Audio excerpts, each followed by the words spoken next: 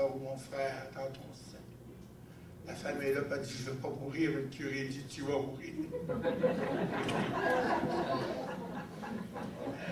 Comme je ne sais pas comment on fait mourir dans l'affaire de même, mais tu vas mourir. Père éternel, viens la chercher. La femme a dit, non, viens, Père éternel, viens la chercher. Seigneur a dit, non, je vais rester, tu vas t'en aller. Veux pas, il faut que tu parles.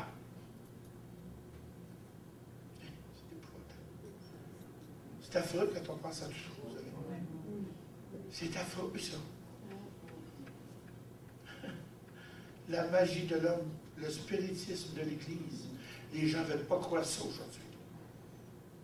Du début de votre vie à la fin de votre vie, ils vous ont ensorcelé. Ils vous ont tenu leur esclave. Vous étiez sur le joug de la religion jusqu'au jour où vous avez pris décision d'accepter Christ comme votre sauveur personnel, de lui demander de vous purifier de vos péchés parce que vous vous repentiez sincèrement de tout ce que vous aviez fait. Le Seigneur vient par son sang. Il vous lave de son sang, vous purifie et il vous libère. Amen. Frères et sœurs, votre liberté en Christ, ne laissez personne vous l'enlever. Entendez-vous ce que je vous dis? Ne laissez personne vous l'enlever. On a vu une sœur qui nous montrait un livre là, sur les Krishnas. Il y a le livre de Mormon. Il y a le Coran. Il y a toutes sortes de livres qui cherchent à imiter la parole de Dieu. Vous savez que la parole de Dieu, c'est une lettre d'amour que Dieu nous donne, ça. Mais l'Église a été assez intelligent pour nous dire il n'est pas, parce que tu n'es pas assez intelligent pour la lire. Il y a un frère ici qui ont célébré 60 ans de mariage ensemble. Je m'imagine le frère Gérard écrire à sa chère amour qui devait marier il y a 60 ans passés. Chérie, je t'écris une lettre d'amour, mais rouvre-la pas parce que tu n'es pas assez intelligente pour la lire. Et je pense qu'elle aurait dit Gérard, je veux rien savoir de toi. Change un autre innocent. Mais c'est ce que l'Église catholique nous a fait. Vous n'êtes pas assez intelligent pour lire la Bible. Puis non seulement vous n'êtes pas assez intelligent, pendant 100 ans, ils l'ont mis à l'index. Savez-vous, c'est quoi un livre à l'index? Ça veut dire que tout catholique romain qui doit lire un livre qui est mis à l'index est par conséquent excommunié. Pour moi, c'est une grâce du Seigneur. Pour les autres, c'est une grande malédiction. Parce que ce n'est pas Dieu qui a une vie. C'est l'Église. Ce n'est pas le Seigneur qui lui dit quoi faire. C'est le curé. Savez-vous une chose? Que quand vous donnez naissance à un enfant, que vous êtes catholique romain, vous venez de mettre 150 pièces dans les poches du curé. C'est pour ça qu'ils ne nous aiment pas, nous autres, parce qu'on ne baptise pas nos enfants. C'est vrai, ça. Imaginez-vous 300 qui sont venus au monde aujourd'hui au Québec, là, à 150 pièces, ça fait de l'argent, ça. Ils n'ont pas ça dans leur coffre. C'est peut-être pour ça que la Banque du Vatican est en voie de faillite, parce qu'il y a beaucoup de chrétiens maintenant. Puis ils font plus baptiser les enfants. Ils nous haïssent d'une haine cachée et secrète. On va voir tout à l'heure dans les ornements toute la magie qu'il y a là-dedans, toute la sorcellerie qu'il y a là-dedans. Il y en a qui vont avoir les cheveurettes quand on va sortir tout à l'heure, je vous garantis, moi. Tout le moyen que l'Église prend pour nous ensorceler, du début de notre naissance, même avant notre naissance, jusqu'à notre mort. Puis après qu'on est mort, là, c'est pas fini. Ah ben non. Là, il faut faire chanter des messes pour les morts. Parce que les morts, ils vont au purgatoire. Un autre mensonge ironique, Luther a lutté contre ça. Hey, imaginez-vous, moi je meurs. C'est comme un poulet. Je ne suis pas tout à fait sauvé. Il m'envoie, il me fait brûler, là, faire chauffer au purgatoire pendant 300 ans, 400 ans. À un moment donné, Saint-Pierre pisse sur une pédale, tout du au ciel. faire aussi, moi, là. Mais c'est ça. Il faut aller se faire purifier. J'ai quelque chose dans mes mains ici, qui est une bague, qui est un anneau. Autrefois, c'était un anneau épiscopal. Je l'ai bien fait transformer. Chaque fois que vous veniez embrasser ma bague, ça vous donnait 500 ans au purgatoire. Il y en a-tu que ça les intéresse?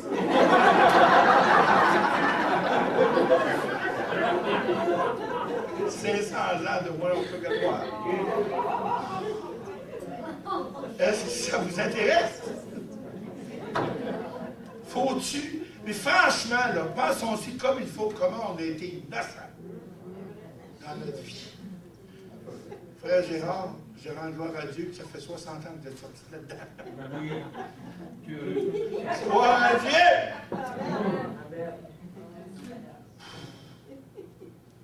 Tous les mensonges qu'on a eus pendant notre vie,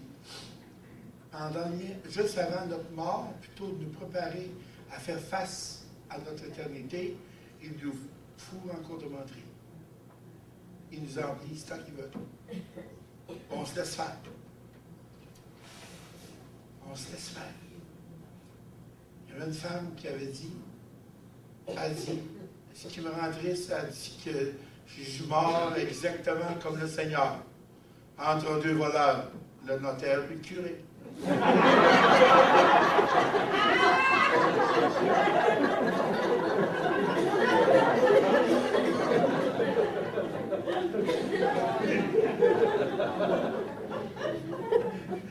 C'est que ton testament, puis l'autre, ben, donne-moi-en moitié.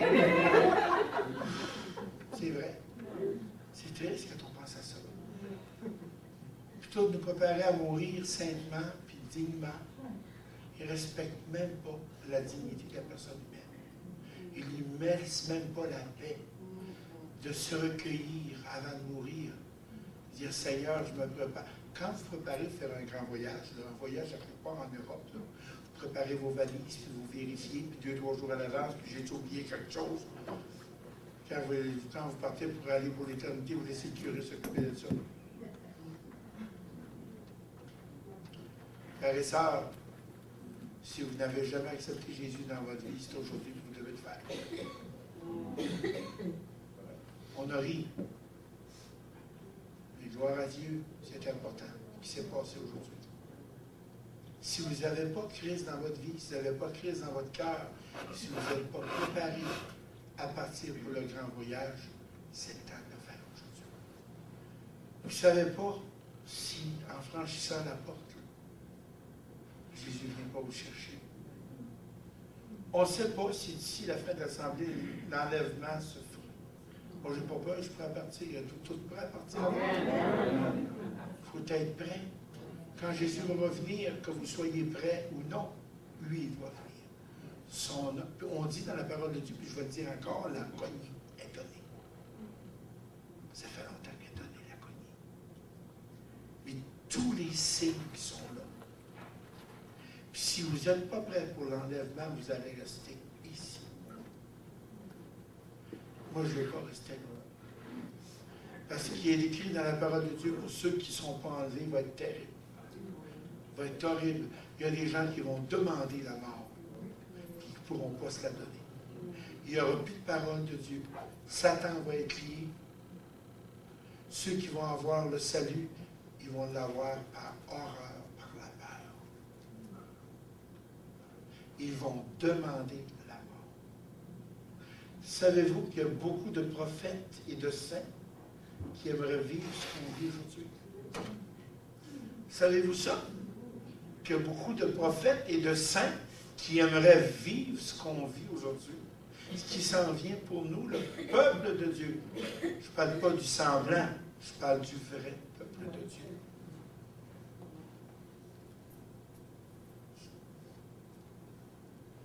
Moi, je bénis l'Éternel de me chercher dans l'obscurité de la religion par un petit enfant. Par un petit enfant.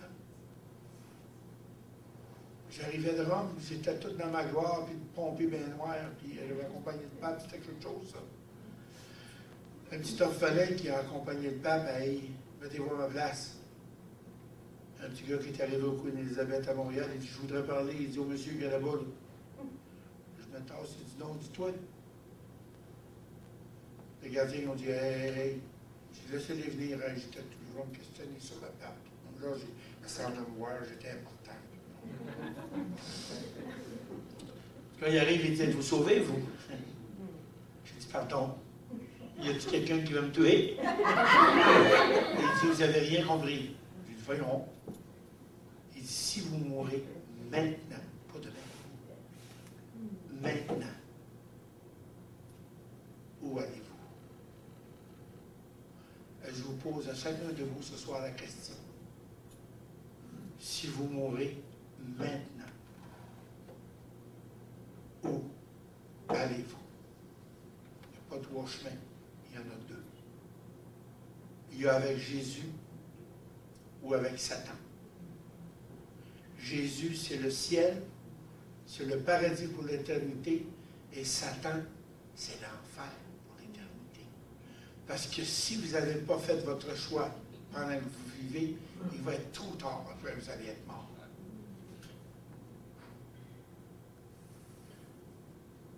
Marie va prier Dieu après votre mort pour vous emmener, parce que vous avez dit aux trois Ave Maria tout le temps de votre vie. Elle va prier son fils, de pardonne-dis donc. Marie n'a pas d'affaire là-dedans du tout. Elle ne sera pas assise au trône de la grâce, elle. Il va n'y en avoir rien qu'un qui va être là. Puis moi, je n'ai pas peur de m'en aller devant l'Éternel, parce que Jésus va être devant moi. Il va dire, lui, tu ne touches pas, va-t'en là, mon fils. Prends ta place. Viens, ma fille, ne t'occupe pas du Père éternel. Je te salue, je te glorifie. Va prendre ta place. Mais si tu n'as pas Christ dans ton cœur, il va dire, va maudit au feu éternel pour lequel tu as été créé. C'est bien ça. Réalisez-vous ce que je vous dis là, là? Si vous n'avez pas Jésus dans votre cœur et que Jésus venait vous chercher aujourd'hui, vous mourriez aujourd'hui, où allez-vous? Laissez faire vos religions, laissez faire vos églises, laissez faire vos dénominations. Je parle à votre cœur maintenant. Où allez-vous? Êtes-vous sûr d'aller avec Jésus? Êtes-vous sûr d'aller avec Jésus? Si vous n'êtes pas sûr, vous êtes mieux de prendre une assurance aujourd'hui. Si vous n'avez pas l'assurance, vous ne passez pas. La seule assurance, c'est d'avoir dit oui au Seigneur Jésus. Ça ne coûte rien. C'est gratuit. Ne payez pas pour ça. Êtes-vous prêts? Est-ce que nous sommes tous prêts à partir avec Jésus maintenant? S'il y en a qui ne sont pas prêts, le temps est là pour ça. Nous sommes ici, dans la part du Seigneur Jésus, pour venir vous cueillir, vous donner une dernière chance pour l'accepter lui. Pas accepter une religion, pas accepter une dénomination, mais accepter Jésus comme votre unique sauveur personnel. Unique sauveur et Seigneur. La grâce est là maintenant. La parole de Dieu nous dit qu'on est sauvé par le pape et son Église. Non. La parole de Dieu nous dit que c'est par grâce que vous êtes sauvés par le moyen de la foi, et cela ne vient pas de vous. Amen. C'est quoi la grâce? Il y a bien du monde qui parle de la grâce. Vous avez salut Marie pleine de grâce. Pas qu'elle ait besoin de la plénitude de la grâce si elle ne savait jamais péché. Une grâce, c'est un cadeau qu'il nous a donné sans que nous l'ayons mérité. On l'a lu tout à l'heure. Le larron sur la croix, il était en train de blasphémer le Seigneur qui est au milieu. L'un des deux qui a dit, c'est assez. Et dit, nous, là, ce qu'on a ici, les châtiments qu'on a, l'a mérité, parce qu'on a été des bandits. Mais lui, là, il n'a jamais rien fait de mal. Seigneur, il dit, oublie-moi pas. Seigneur a dit, aujourd'hui même, tu seras au paradis. Aujourd'hui même, tu seras au paradis. Pourquoi? Parce que lui, il a confessé de sa bouche Et il a admis que Jésus était là, une victime innocente, et qu'il n'avait jamais commis le mal. C'est sérieux. Les moments qu'on vit là sont peut-être les moments les plus sérieux de votre vie si vous n'avez pas Christ dans votre vie. Votre religion, là, ça vaut rien, ça. La religion, ça se termine avec la mort. Puis après, c'est l'enfer. Mais Christ, ça continue après la mort. Et c'est le ciel. C'est ça qui a la différence entre un religieux et un chrétien.